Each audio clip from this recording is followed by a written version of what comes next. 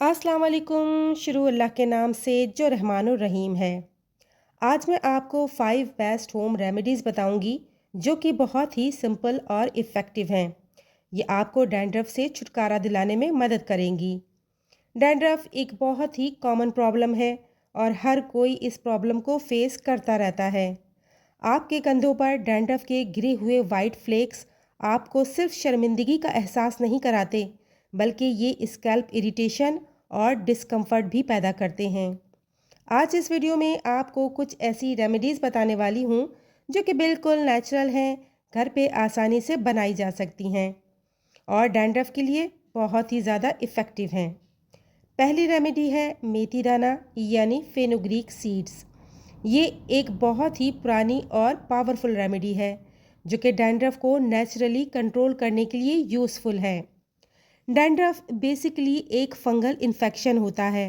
मेथी दाने में anti fungal और एंटी बैक्टीरियल प्रॉपर्टीज़ होती हैं जो कि फंगस से फाइट करती हैं और उसे मारने का काम करती हैं। मेथी दाना स्कैल्प को मॉइस्चराइज भी करती है जो कि ड्राइनेस की वजह से होने वाली डैंड्रफ को कम कर देती है। इस रेमेडी को यूज़ करने के लिए आपको तकरीबन 2 टेबलस्पून मेथी दाना रात भर पानी में भिगो के रख देना है। सुबह इसको अच्छी तरह ग्राइंड करके अपनी स्कैल्प पर लगा लें। ध्यान रहे कि ये पेस्ट सिर्फ बालों में नहीं बल्कि स्कैल्प पर लगाना है। आधा घंटा स्कैल्प पर लगा रहने दें ताकि मेथी के न्यूट्रिएंट स्कैल्प में एब्सॉर्ब हो सकें। इसके बाद नॉर्मल पानी या शैम्पू से धो लें। ये रेमेडी आप हफ्ते में 1 से 2 बार यूज़ कर सकते हैं। इसे लगाने से आप देखेंगे कि धीरे धीरे डैंड्रफ कंट्रोल में आने लगी है। दूसरी रेमेडी है एप्पल साइडर विनेगर। ये डैंड्रफ के लिए बहुत ही इफ़ेक्टिव रेमेडी है।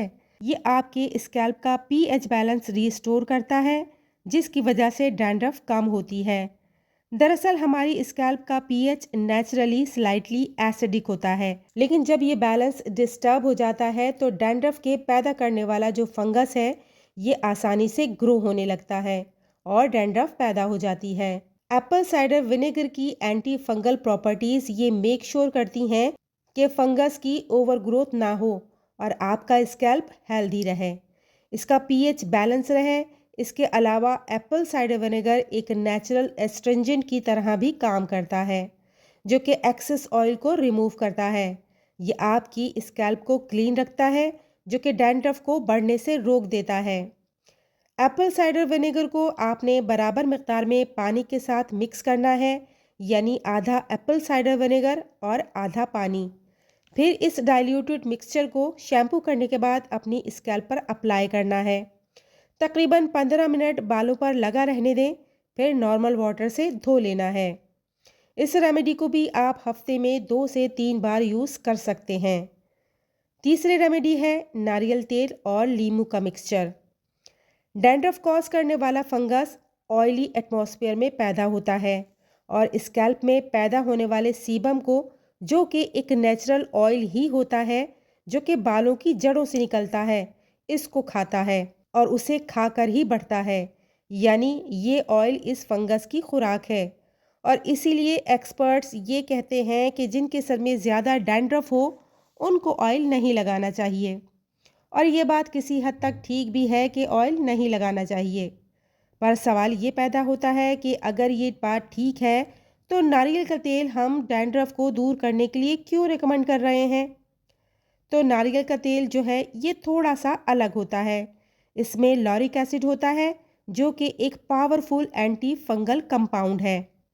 लॉरिक एसिड डैंड्रफ पैदा करने वाले फंगस को डायरेक्टली टारगेट करता है और उसे किल करता है।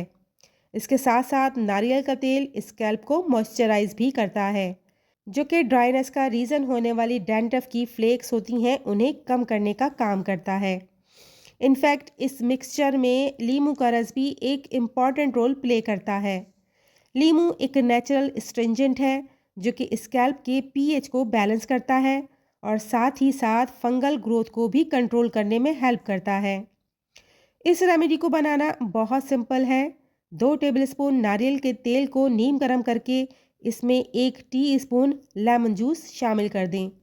फिर इस मिक्सचर को अपनी स्कैल्प पर लगाकर मसाज करें और आधा घंटा रखने के बाद शैम्पू कर लें।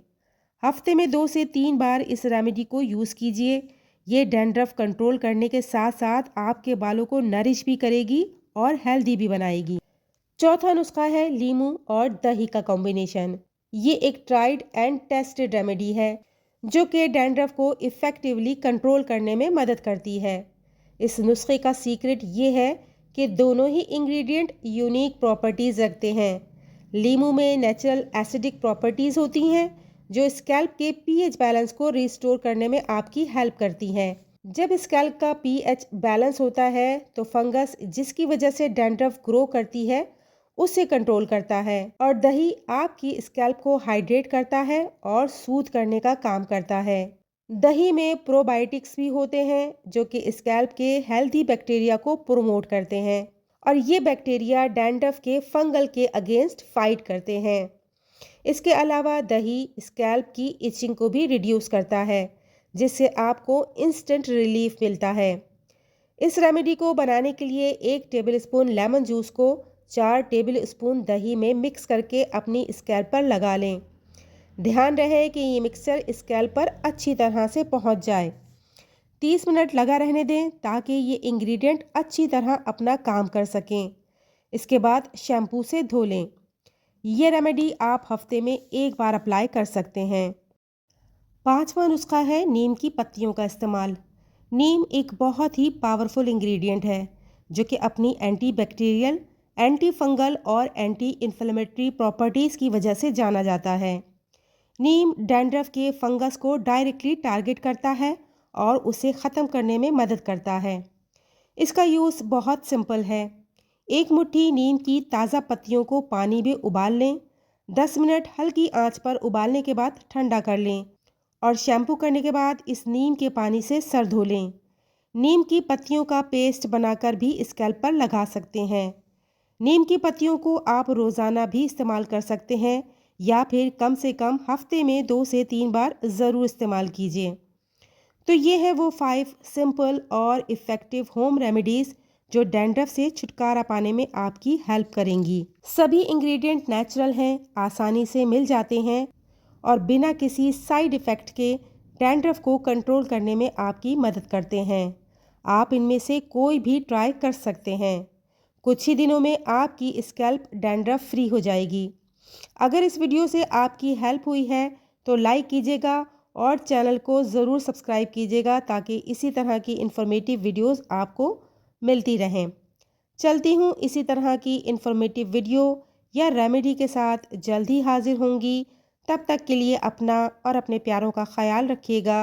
मुझे दुआओं में याद रखिएगा। अल्लाह हाफिज़।